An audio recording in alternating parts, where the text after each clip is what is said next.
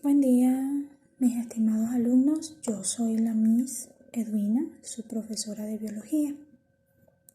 Y en este caso vamos a empezar ya a tocar el tema de las clases virtuales, ¿verdad? En este caso ya vamos a tocar el tema de la unidad 1 que habla sobre conociendo el origen de la vida. Bien, allí pueden apreciar en Classroom las láminas de PowerPoint que me gustaría que las abrieran mientras voy a ir dictando la clase y a su vez también voy a tratar de explicarles. Lo que quiero primero es pedirle disculpas, ya que yo no puedo dar una clase en Zoom debido a mi mala conexión en internet. Entonces, ¿qué sucede? Vamos a tratar de explicar por este medio abarcar la gran cantidad de contenido para que quede de una manera clara, precisa y concisa. Bien, para empezar, vamos a hablar acerca de lo que es los seres vivos. ¿Qué tenemos entonces en común? Pueden colocarme como una ventana secundaria para que vayan escuchando y a la vez vayan visualizando sus láminas de PowerPoint. Bien. Un ser vivo no es más que una porción de la materia animada capaz de reproducirse y cambiar a través de los años. Bien, ¿pero qué significa esto? ¿Por qué ciertos organismos son considerados seres vivos mientras que otros no lo son? Bien, para ello hay que decir que los seres vivos poseen tres funciones fundamentales que lo van a definir principalmente como un ser vivo y van a tener ciertos ciclos, ciertas características primordiales. Entre ellas, obviamente, es que nacen, crecen, se alimentan, se relacionan, se reproducen y mueren. Obviamente, en el esquema que está allí planteado, en su segunda lámina refleja las tres funciones principales. Entonces, ya sabemos que los seres vivos poseen toda esta serie de características que lo van a definir de un ser no vivo, al hacer o tener la capacidad de esto en un ciclo continuo y ordenado de cambios. Entonces, recuerden que, por ejemplo, a veces nosotros tenemos ciertas inconvenientes o ciertas dudas de saber si el agua pertenece o puede ser un ser vivo. Muchos de ustedes ya deben tener claro que probablemente no lo es, pero hay otras personas que capaz tengan ese cierto interrogante, ya que alberga tanta vida, ¿por qué no se considera así?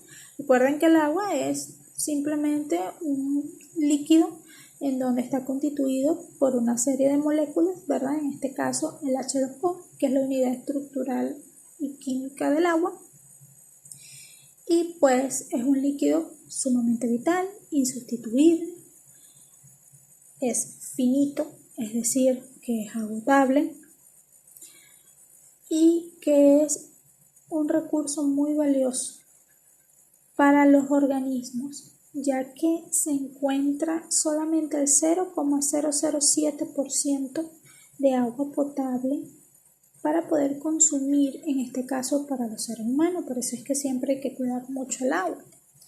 Bien, chicos, pasamos a la tercera lámina.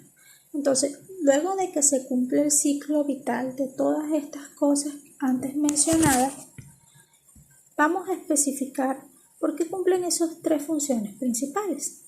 ¿Por qué la nutrición? Recuerden que un organismo, para poder desarrollarse, necesita tener una adecuada alimentación o una alimentación específica dependiendo del organismo que sea. Entonces, la segunda función es su relación, es decir, cómo se desarrolla ese organismo o ese individuo con el medio ambiente. Es importante. Y la última es la reproducción. En esta, obviamente, se va a asegurar que esta función sea primordial para perpetuar la especie, es decir, para su reproducción, para asegurar la conservación. Hay que tener en cuenta algo muy importante, que en la nutrición pueden haber diversos tipos. Está la autótrofa y la heterótrofa. En ella, la autótrofa, por ejemplo, es aquella en las cuales los organismos, ¿verdad?, buscan su alimento a partir de sustancias sencillas, como por ejemplo las plantas. En el proceso denominado fotosíntesis, ¿verdad?, las plantas, por medio de la luz solar y el CO2, pueden obtener su alimento, sustancias simples para obtener la nutrición. En cambio, en lo que es la parte heterótrofa de la nutrición, es cuando se necesita de otros seres vivos o de sus restos para la ingesta y el consumo diario. Ejemplo básico, nosotros cuando necesitamos alimentarnos, ya que nuestro cuerpo no tiene todos los elementos y lo que es las proteínas necesarias para nuestras funciones vitales. Hay que consumirlas, bien sea proteínas animal, vegetal, etc. Bien, por allí ya tenemos entonces esto un poco ya aclarado. Ahora bien, la reproducción, existen dos tipos de reproducción muy importantes. Está la reproducción sexual y está la reproducción asexual. En la reproducción sexual, recuerden que obviamente no es más que la perpetración. Cuando un órgano masculino con un órgano femenino hay una fecundación entre el óvulo y el espermatozoide. Bien, esto es algo sumamente que ya tenemos en cuenta. Pero existe la reproducción asexual, que es cuando no se necesita de una fecundación, sino que simplemente hay un único individuo que es el que procrea. Es decir, es como una especie de clonación, en donde puede haber una fragmentación y de la fragmentación surge un nuevo organismo, como por ejemplo sucede en la estrella de mar, que es una de las imágenes que están plasmadas allí en nuestras láminas. Bien, en este caso tenemos ahora lo que es el resumen de todo lo que se ha visto, ¿verdad? Pero para ello se necesita entender los niveles de organización de la materia para poder comprender de la manera micro, la manera macro, cómo estos organismos vivos se encuentran diseñados. Empezamos. La unidad más básica, ¿verdad?, de lo que es la materia se denomina el átomo. Bien, este átomo obviamente ya debemos tener con un poco de conocimiento de que no es más que un núcleo donde alrededor de él se encuentra una esfera electrónica donde posiblemente estén los electrones de carga negativa. Y en su núcleo se encuentran protones y neutrones, los protones de carga positiva y los neutrones obviamente sin carga. Cuando uno más de ellos se juntan, se forman las moléculas. Estas moléculas, ¿verdad?, pueden ser simples o pueden ser complejas, donde ya se empezaría a formar las macromoléculas. Y va a ser como una cadena al formarse muchas macromoléculas o biomoléculas, como por ejemplo el ADN, el ARN, la glucosa, etc., forman las células. Recuerden que la célula es la unidad más pequeña de la vida.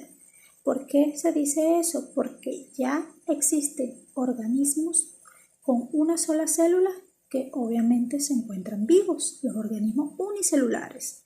Bien, cuando esas células se reagrupan en muchas, pueden formar tejidos. Los tejidos van a desempeñar una función específica, por ejemplo el tejido nervioso, entre otros. Y a su vez muchos tejidos, es como una cadena, van a formar los órganos. Los órganos, ¿verdad?, ya estamos hablando de algo que es visible, por ejemplo el estómago, el riñón, el hígado, etc. Y a su vez, cuando muchos órganos se forman, que ya sería la siguiente lámina, pues van a realizar ya funciones específicas en nuestro organismo, como por ejemplo el sistema digestivo, el sistema respiratorio, el sistema circulatorio. Entonces, ¿qué pasa? Va a haber un conjunto de órganos que va a permitir desempeñar una función, como por ejemplo la digestión, la respiración, etc. A su vez, ya cuando se forma todo una un ser vivo, se encuentran lo que son el organismo multicelular, que ya viene a ser un animal, nosotros, cualquier organismo complejo. Bien, en este caso se observa que en el organismo multicelular, al formarse, tiene que haber una especie. Esa especie son organismos muy similares que pueden cruzarse. Por ejemplo, el hombre y la mujer. Bien, esa especie, a su vez, cuando se forma en conjunto, ya va formando una población, una comunidad, que ya son 2 o más poblaciones, un ecosistema, y así sucesivamente hasta llegar a la biosfera, que ya es obviamente todo el sistema de la Tierra constituido, ¿verdad? Ahora bien, por último, para poder tener en cuenta totalmente lo que es la diferencia entre un ser vivo y un ser no vivo, ya esto nos va a permitir a nosotros saber al diferenciarlo, es, primero que nada, los seres vivos poseen una estructura química variada.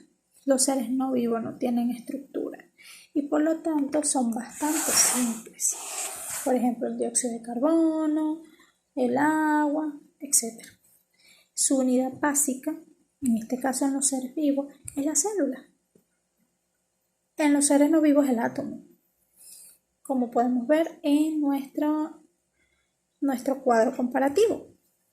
Obviamente, en los seres vivos a multiplicarse dan otro ser vivo similar. Los seres no vivos en realidad es una estructura inerte, no va a dar otro ser vivo o otra estructura similar. Ellos no evolucionan, son seres inanimados, no requieren de energía ni de una nutrición, se clasifican en objetos naturales y artificiales. Puede ser una roca, puede ser una mesa, puede ser un teléfono, etc. Entonces, ya por allí tenemos en cuenta la diferencia. Y con esto, ¿verdad? Terminamos nuestra primera unidad. Espero que hayan podido tener en cuenta todo esto, que hayan podido aprender. De todas maneras, aquí se encuentra un video en lo cual ese video va a explicar un poco más a profundidad. Espero que lo vean, es un video corto y espero que estén encerraditos en sus casas, muchachos. Recuérdense que hay cuarentena y es muy importante no estar saliendo. Bueno, chicos, se me cuidan mucho y nos vemos hasta la próxima clase. Hasta luego.